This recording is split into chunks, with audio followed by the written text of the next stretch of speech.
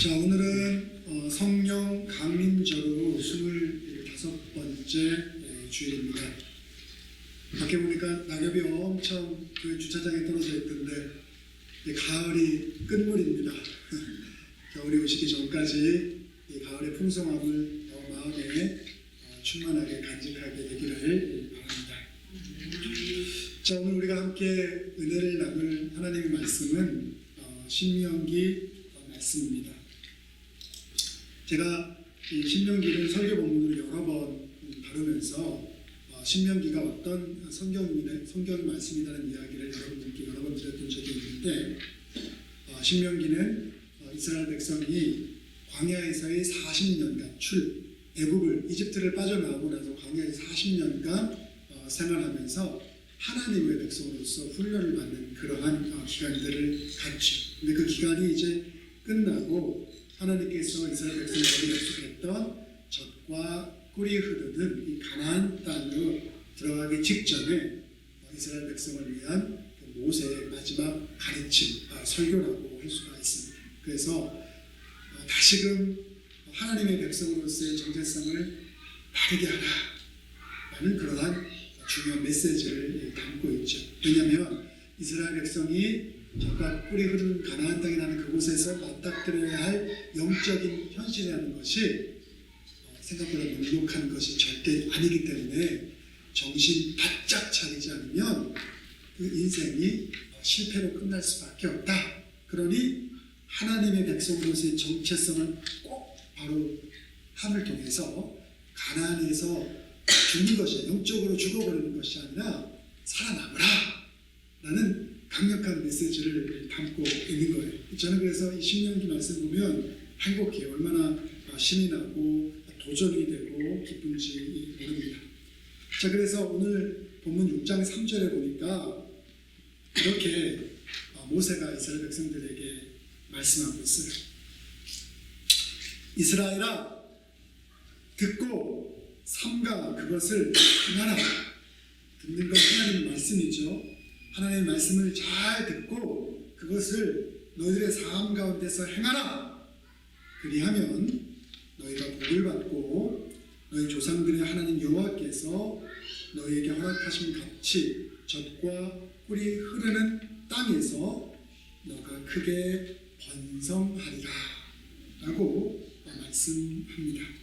우리 번성한다는 의미를 꼭 어떤 외적인 것이 풍성하게 된다는 의미로만 생각할 수 있는데, 오늘 이 신명기 6장 3절에서 번성한다는 의미는 우리가 주님과 더 깊이 있는 관계 안에서 하나가 됨을 통해서 영적 충만함을 통해서 우리가 더 큰 생명과 자유함을 누린다는 의미를 담고 있는 말씀입니다. 이 말씀처럼 이스라엘 백성이 정말 하나님 말씀을 잘 순종하면 가나안 땅에서 살아남을 것이고, 그렇지 않고 하나님 말씀에 순종하지 아니하면 결국에 그 모양이 겉으로 보기에 화려하고 엄청난 무언가를 이룬다고 하는 것처럼 보인다 할지라도 그것은 하나님의 심판과 그 생명이 죽은 것을 면하지 못하는 삶이 될 것이다 라고 말씀하고 있는 것이죠. 근데 우리가 엄청 오랜 세월이 지나서 2024년 11월을 살아가고 있지만, 우리가 일상을 살면서 성경에 나와 있는 하나님 말씀대로 우리의 삶을 산다는 것은, 순종하며 산다는 것은 어떻습니까, 여러분? 여러분의 삶 가운데 그것이 잘 되고 있습니까? 아니면 그것이 잘 이루어지지 않고 있습니까? 여하튼 간에 하나님 말씀에 순종해서 사는 삶이 우리의 노력과 능으로 하려고 한다면 잘 이루어지지 않죠. 좌절하는 경우들이 많이 있는 것을 우리는 종종 볼 수 있습니다. 자, 그래서 모세는 오늘 보면 4절에서 이스라엘 백성들을 향해서 너희가 가질 수 있는 하나님 백성으로서의 정체성의 가장 중요한 부분을 일깨워주고 있는데 이렇게 말씀하고 있어요. 이스라엘아, 들으라.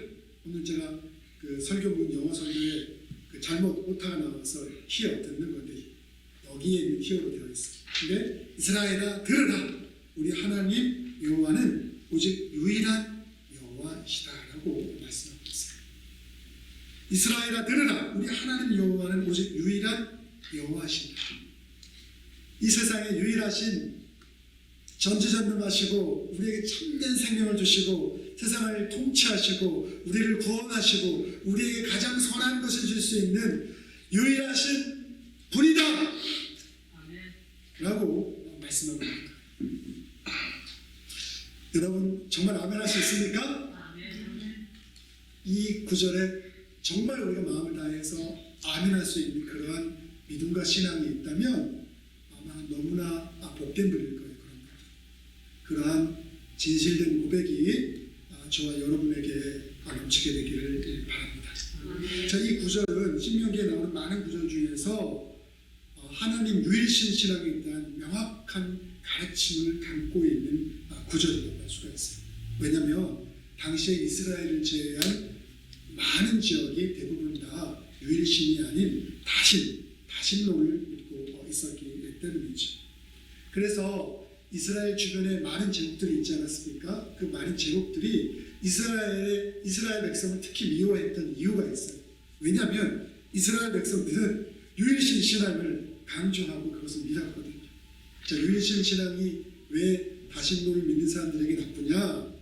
다신론을 믿는 사람들에게는 제국을 다스리는 왕도 신이 될 수가 있는 거예요. 그러니까 로마의 황제도 신의 자리를 독점할 수가 있는 거고, 메소포타미아 지역의 대국의 황제들, 왕들도 그 신의 위치에 자신의 위치가 올라갈 수 있는 것이죠.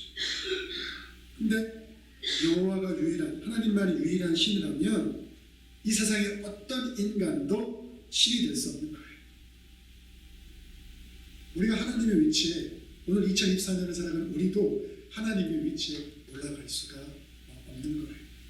근데 우리는 다양한 방법을 통해서, 아주 다양한 방법을 통해서 그 하나님의 위치에 우리 스스로가 올라가 있으려고 하죠. 이스라엘 백성이 이러한 유일신 신앙을 지키는 것은 결단코 쉬운 일이 아니었어요. 이스라엘 백성이 들어가야 될 젖과 꿀이 흐르는 가나안 땅의 북쪽에는 메소포타미아 민족이 발달되어 있었고, 남쪽에는 이집트라는 거대한 제국이 엄청난 문명을 가지고 있었죠. 이스라엘보다 발달된 문명을 가지고 있었고, 그들의 삶이 화려했었고, 그리고 그들은 다 다신론을 믿고 있었어요. 그래서 그러한 곳에 들어가서 하나님만을 믿는 그 유일신 신앙을 지킨다는 것은 결단코 쉬운 일이 아니었죠. 그래서 오늘 본문에 보니까 모세가 이스라엘 백성들에게 이렇게 말했어요. 너희들이 살 길이 딱 하나 있는데 그게 무엇이냐? 아주 명확하게 우리들에게 말씀 주고 있죠. 너희는 마음을 다하고 뜻을 다하고 힘을 다하여 너희 하나님 여호와를 사랑하라. 너희는 마음을 다하고 뜻을 다하고 힘을 다하여 너희 하나님 여호와를 사랑하라. 모세가 이스라엘 백성이 살아남을 수 있는 유일한 길은 전심전력으로 하나님만을 믿고 의지하고 살아가는 것이 그의 다신론을 믿는 그 제국 사이에서 살아남을 수 있는 유일한 길이라고 외치고 있는 것이죠. 오늘날 우리가 살아가는 이 세상은 우리가 잘 되기 위해서 어떤 것을 준비해야 되는지 이야기하고 있지 않습니까? 그리고 사람들은 그것을 살아가는 통해서 돈을 모으고 권력을 잡고 명예를 키워나가고 자식을 잘 키움을 통해서 그 명성을 이어나가는 그런 방법들이 우리가 이 세상을 잘 사는 길이라고 이 세상의 논리들은 끊임없이 우리들에게 말씀하고 있죠. 근데 성경은 그것이 아니라 마음을 다하고 뜻을 다하고 힘을 다하여 내 하나님 여호와를 사랑하는 것, 그것이 우리가 살 수 있는 유일한 길이다 라고 말씀하고 있는 것이죠. 그래서 모세는 이 신앙을 지킬 수 있는 세 가지 방법을 오늘 신명기 6장에서 이야기하고 있죠. 첫째는 하나님의 말씀을 우리 마음에 새기는 것. 마음에 새긴다는 게 어떤 의미인지 아시죠? 그 말씀 우리 마음 가운데 새겨져 있어서 우리의 삶 가운데 여러 가지 도전이 우리의 삶을 휘어잡는다 할지라도 이 마음에 새겨져 있기 때문에 흔들리지 않는 거예요. 우리는 하나님을 믿는다고 하고 하나님의 말씀을 읽는다고 하고 그것을 묵상한다고 하지만 세상의 여러 가지 환난과 시험이 우리를 조금이라도 침노하는 그 순간에 우리 마음 가운데 새겨져 있는 그 하나님의 말씀에 대한 확신을 잃어버릴 때가 너무나 많지 않습니까? 근데 하나님 말씀을 마음에 새기라고 이야기했죠. 그리고 그것을 나뿐만 아니라 함께 자녀 얘기를 나누고 공동체 안에도 함께 나눔을 통해서 함께 성장하고 자라가라라고 말하죠. 그것이 무엇이냐면 하나님의 말씀을 자녀에게 가르치라고 오늘 7절에서 명령하는 것이죠. 그리고 8절과 9절에 이렇게 말하고 있죠. 하나님 말씀을 손목에 달고 미간에 붙이며 문설주와 문에 기록하는 것이다 라고 이야기하고 있죠. 하나님의 말씀은 항상 우리의 삶 가운데 가까이 하는 그러한 삶을 사는 것이 바로 누리신 신앙을 지킬 수 있는 방법이다라고 말씀하고 있는 것이죠. 주야로 하나님의 말씀을 묵상하는 것이죠. 다시 말해서 이러한 모든 이야기들 6절과 7절과 8절과 9절에 우리 모세가 이스라엘 백성들에게 하고 있는 이 모든 이야기들은 결국에 무엇이냐면 하나님의 말씀을 우리 삶의 중심 가운데 삼으라라고 말씀하고 있는 것이죠. 자, 모세가 유일신 신앙을 지키기 위해서 이렇게 자세한 방법을 말한 이유가 무엇이냐면 우리가 하나님 말씀에 귀를 기울이기가 어렵기 때문입니다. 그게 무슨 말씀입니까, 목사님? 이렇게 묻는다면 쉽게 말하면 이런 거예요. 여러분, 우리가 좋아하는 거 있지 않습니까? 내가 좋아하는 거. 여러분 좋아하는 거 있으시죠? 어떤 분은 맛있는 음식을 먹으러 가는 걸 좋아할 수 있고, 어떤 분은 어떤 스포츠를 하는 것을 또 좋아할 수가 있고, 뭐 각각의 취미생활 좋아하는 것들이 있을 거예요. 자, 그런 것들은 특별하게 이렇게 해야 돼라고 가르쳐주지 않아도 우리가 그 놀 수 있는 방법들을 잘 찾아갈 수 있습니까? 그렇지 못합니까? 뭐 어떤 경우에는 노는 방법도 가르쳐줘야 된다고 하는 사람도 있어요. 근데 일반적으로 그 잘 가르쳐주지 않아도 알아서 잘 찾아갑니다. 그쵸? 돈 버는 것도 마찬가지. 뭐 돈 버는 것도 재주가 있으면 돈을 많이 번다고 어떤 분들은 이야기하지만 돈 버는 것도 하나하나 일일이 가르쳐주지 않아도 어떻게 하면 돈을 버는지 알기 때문에 그것이 육체적인 것을 통해서든 아니면 어떤 정신적인 지식을 파는 것을 통해서든 그것을 우리가 사용해서 또 돈을 벌기도 하죠. 자, 그런데 이렇게 재밌게 노는 것, 돈벌이 같은 거 잘 가르쳐주지 않아도 우리는 알아서, 혼자 알아서 그것을 잘합니다. 그런데 하나님의 말씀은 많은 사람들에게 있어서 아주 매력적으로 다가오지 않아요. 그래서 돈을 벌려고 애를 쓰는 것 또는 놀기 위해서 애를 쓰는 것에 비해서 하나님의 말씀을 우리들에게 매력적으로 드리지 않기 때문에 그것에 많은 경우에 우리는 관심이 없는 경우, 그리고 그것을 잘 들으려고 하지 않는 경우들이 많이 있죠. 우리는 하나님의 말씀을 듣는 것뿐만 아니라 다른 사람들의 이야기에도 귀 기울이려고 하지 않는 경우들이 많이 있죠. 그런데 많은 사람들은 개인의 차이가 있을지 모르지만 우리가 무언가를 듣는 이 경청의 능력이라는 것이 굉장히 약하죠. 제가 최근에 그 온라인으로 CP 수업, 그러니까 목회 상담이죠. 목회 상담 수업을 듣고 있는데 토요일 날 아침 9시부터 저녁 6시까지 쉬지 않고 들어요. 아주 주의 집중해서 들어야 돼요. 다 미국 사람들이고 저만 영어가 제일 모국어가 아닌 사람이에요. 그러다 보니까 제 딴에는 하나도 놓치지 않으려고 잘 듣는다고 하고 어떻게 해서 수업에 잘 참여하려고 노력을 하는데 미스 언더스탠딩 되는 경우들이 종종 발생합니다.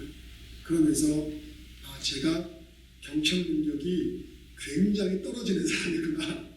영어를 못 알아듣는 것뿐만 아니라 한국말로 말을 알아듣는다 하더라도 내 스스로가 경청 능력이 참 부족한 사람이라는 것을 굉장히 많이 깨닫고 있어요.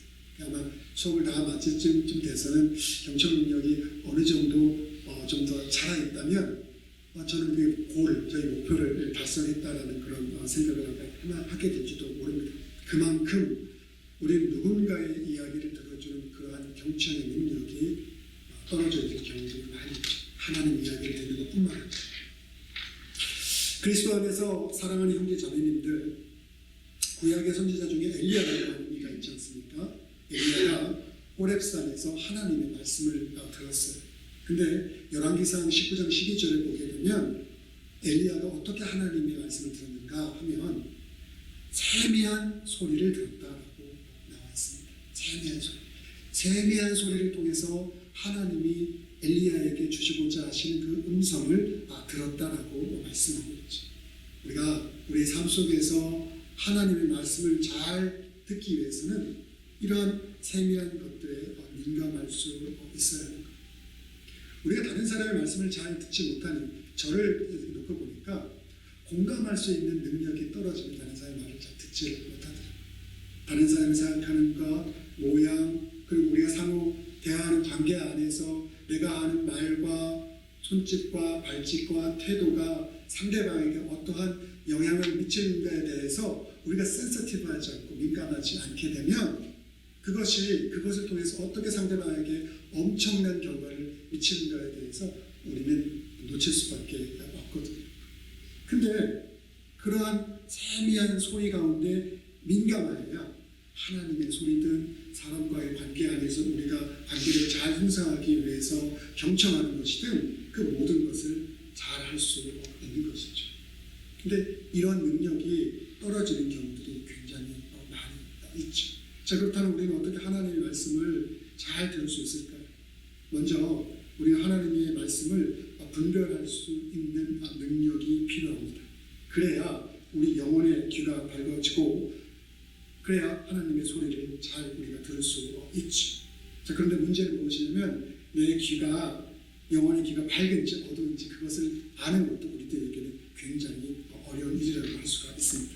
자, 어렵지 않습니다. 이것을 이해하기 위해서 제가 예수님의 이야기를 한번 들려드리고자 합니다.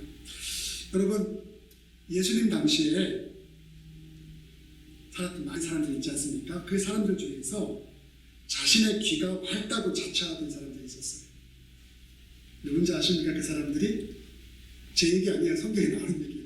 자신들의 귀가 밝다고 자처하는 사람들이 있었어요. 바리새인들과 서기관들. 그들이 자기들이 하나님 말씀에 대해서 굉장히 클리어한 이해를 가지고 있다고 주장했어요. 성경에 나와 있습니다. 자, 그런데 예수님은 그러한 그들의 주장과 반대되는 이야기들을 바리새인과 서기관들에게 해주고 있죠. 뭐라고 이야기하고 있냐면 마태복음 15장 14절에 예를 든다면 맹인이 되어 맹인을 인도하는 자다라고 바리새인과 서기관들을 이야기하고 있습니다. 자, 이 말씀을 왜 예수님께서 하셨냐면 바리새인과 서기관들이 예수님의 제자들이 예루살렘에서 밥을 먹을 때 손을 씻지 않는 걸 보았어요. 이게 유대 장로의 전통, 유대 율법의 장로의 전통을 지키지 않는 것이기 때문에 그것을 트집 잡아서 비난을 했어요. 그 얘기를 듣고 예수님께서 너희들이 하나님의 말씀에 대해서 분명히 뭔가를 알 수 있는 것처럼 확신하고 이야기하고 있지만 사실 너희는 맹인에 대해서 맹인을 인도하는 그러한 사람들이다라고 말씀합니다.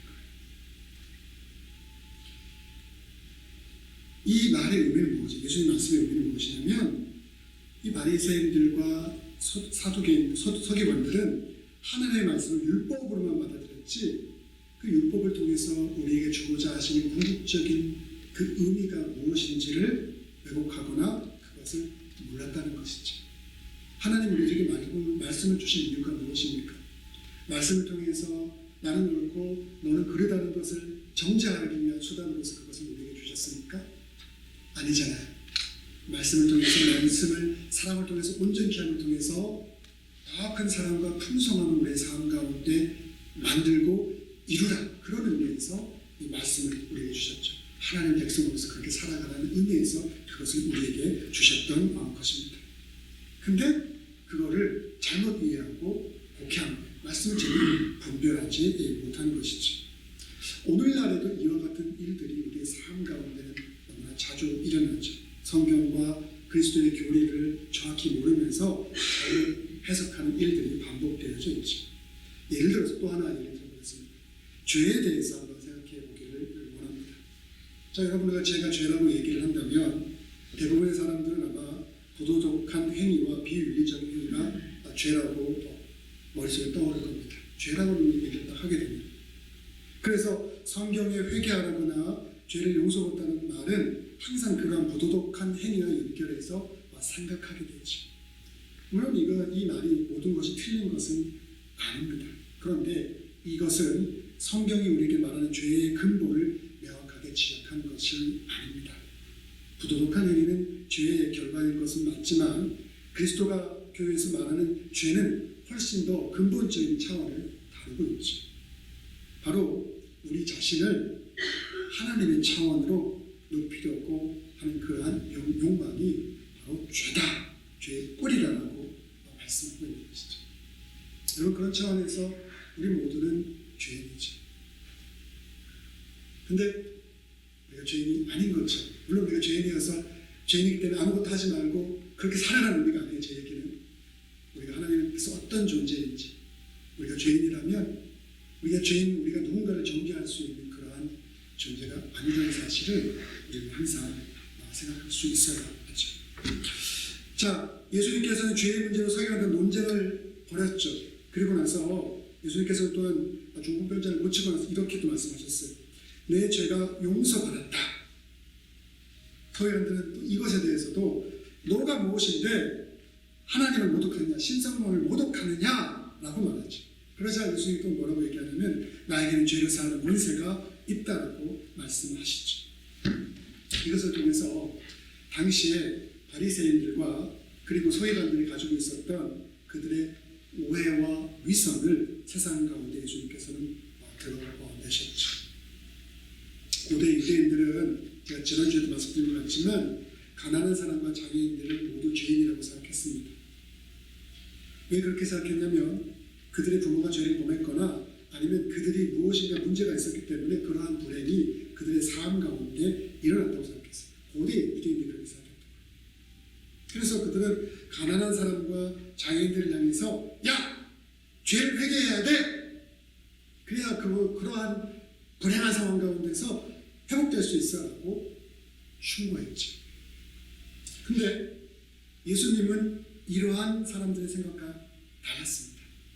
그게 핵심. 예수님은 세상의 죄인이라고 평가하는 삶이라도 하나님이 그들의 삶 가운데 함께 하신다면 얼마든지 생명 충만하게 살 수 있다고 하셨습니다. 이것이 바로 복음의 핵심이죠. 이것이 복음이 어떤 것을 의미하는지를 분명하게 우리가 분별할 수 있는 것을 말씀하고 있는 것이죠. 근데 많은 경우의 사람들은 여전히 예수님의 말과 생각에 귀를 기울이기보다는 내 생각과 내 경험에 귀를 기울이죠. 그리고 우리는 말로써 다른 사람을 정죄하고 죽이기도 합니다. 예수님께서는 우리들에게 말씀하셨죠. 귀 있는 자는 들으라 라고 말씀하셨습니다.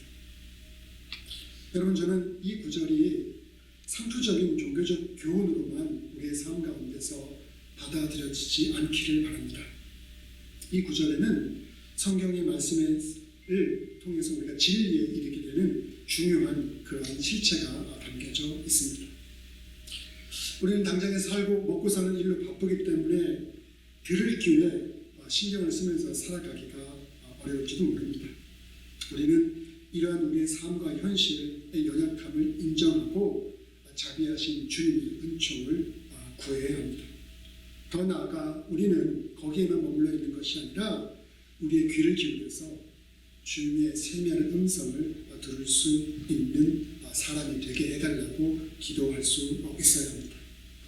우리가 이 세상을 살면서 추구하는 것들이 많이 있을지 모르지만 성경은 분명하게 우리에게 약속하고 선포합니다. 우리를 살릴 수 있는 유일한 길은 하나님이고 하나님의 말씀이 우리 가운데 풍성하게 임하게 되고 우리가 그 말씀 가운데 귀를 기울이게 될 때 우리의 삶 가운데서 우리 참된 자유함을 누릴 수 있게 된다고 분명하게 말씀합니다. 제가 어제 우리 오영민 성도님 따님 전화를 받고 그 댁에 방문했습니다. 거실에 사위, 아들, 손녀까지 해서 다 있었고 정확히 2시 반에 병원에서 오셔서 간호사가 와서 공식적으로 돌아가신 것을 선포를 했죠. 그리고 함께 간도 기도를 하고 또 시신이 아마 퓨너럴 홈으로 옮겨지게 되었을 것이고 장례 절차를 곧 밝게 내리라고 생각을 합니다. 오영민 성도님이 대전에 우리 교회에 오셨고 아픈 몸을 이끄시고 종종 교회 참석 예배에 참여하셨죠. 그러다가 몸이 더 나빠지시고 나셔서 교회에 오지 못하시고 날씨 몸에도 있으시면서 그 상태가 계속 악화되셨어요. 돌아가신 모습을 보니까 83세에 돌아가셨는데 편안한 모습이었어요. 그리고 자녀들도 돌아가시는 과정을 오랫동안 마음의 준비를 해왔었기 때문에 그렇게 놀라지 않으셨던 것 같아요. 그러면서 우리가 다 같이 소망하고 바랐던 것은 이 땅을 살면서 많은 일들 가족들과 함께 이루고 성취하셨겠지만 또 여러 가지 질병과 힘든 일들이 있어서 이 땅의 삶이 여러 가지 힘든 부분도 있을 텐데 천국에 가서 영원한 안식을 누리는 것에 대한 그런 확신과 믿음이 그 함께한 성도분들, 자녀분들과 또 아내분들에게 있는 것을 제가 본을 통해서 얼마나 큰 위안이 되었는지 모릅니다. 여러분, 우리의 삶은 항상 죽음이라는 것을 향해서 나아가고 있습니다. 우리가 젊어서는 사실 죽음에 대해서 생각하지 않기 때문에 우리의 삶이 뭔가 대단한 것을 성취할 수 있을 것이라고 그렇게 생각하면서 거기에 목숨을 걸고 달려가고 매진하죠. 하지만 결국에 그러한 인생, 모든 인생은 죽음 앞에 맞닥뜨릴 수밖에 없습니다. 그 삶, 그 죽음을 향해 가는 우리의 삶 가운데 과연 우리는 무엇을 우리의 삶 가운데 남겼다고 할 수 있을까? 그것이 저는 오늘 예수 그리스도를 붙잡음을 통해서 그 생명이 내 안에 있었습니다. 그래서 내가 자유함을 누리고 그 안에서 나는 풍성함을 누리고 그 신앙의 유산을 나는 자녀들에게 나누어주는 그러한 복된 인생을 살았습니다라는 그러한 고백을 할 수 있는 모두가 되기를 간절히 바라겠습니다. 그것이 바로 오늘 신명기가 우리에게 주고자 하는 그 메시지와 있는 것들입니다. 여러분, 우리가 의지하는 것들 여러 가지 있을 수 있습니다.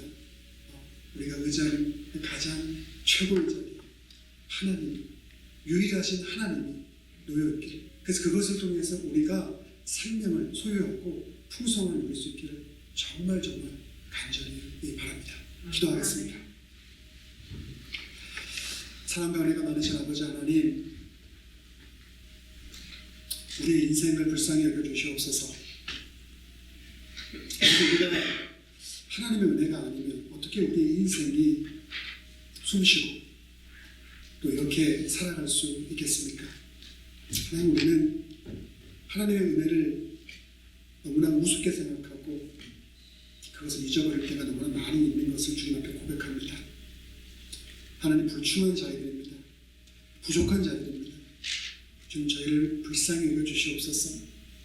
그리고 이런 불쌍한 저희들 가운데 오셔서 그 세밀한 음성을 통해서 우리가 주님의 생명을 소유함을 통해서 살아날 수 있도록, 생명이 새롭게 솟아날 수 있도록 주님, 저희 가운데 함께하여 주시옵소서. 이 모든 말씀 사랑과 은혜가 많으신 예수님의 이름으로 기도드렸사옵나이다. 아멘.